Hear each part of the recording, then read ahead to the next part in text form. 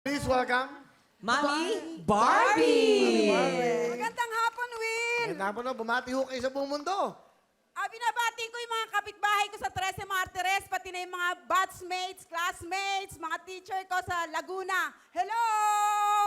Ang father niyo ba ay Pilipino o foreigner?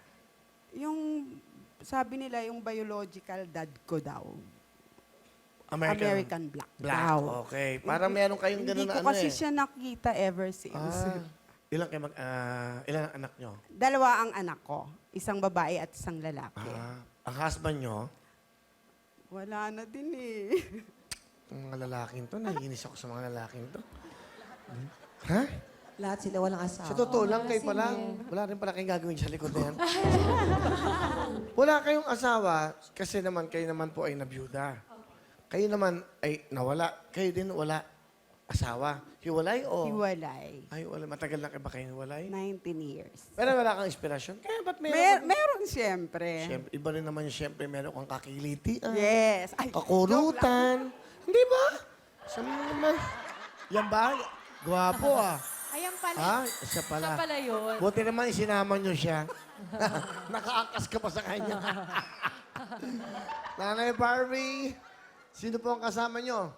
pinapakilala ko ang kasama ko, parang kapatid ko na pinsan ko, si Ebeng! Hi, Will! Good Hi. afternoon sa lahat. Good afternoon, Tita Ebeng. Tita Ebeng, ano gusto niyo sabihin sa inyong cousin na si Miss Barbie? Cousin. Girl, Yes, girl. good luck sa'yo. At sana makamit mo ang lahat ng pangarap mo sa buhay. At lagi kang manalangin sa Panginoon. At alam mong lagi akong nasa'yo. Lagi akong nandito sa buhay mo para suportahan kita. At alam mong number one fan mo ako palagi. I love you, girl. Thank you, girl. Sabi ko sa'yo, huwag mo akong paiiyak. Hindi naman Thank you, Ebeng. Every time na may problema ako, sumusuporta ka sa akin. Ikaw ang laging nasa tabi ko.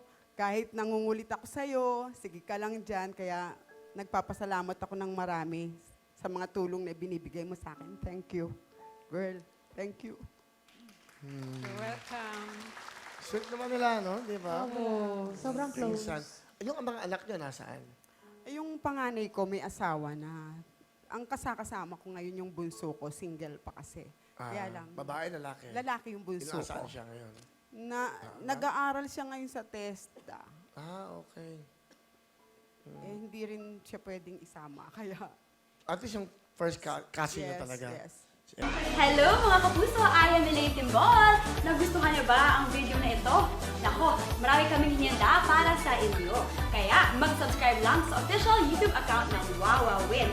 And don't forget to hit the bell button para lagi kayong updated. Mula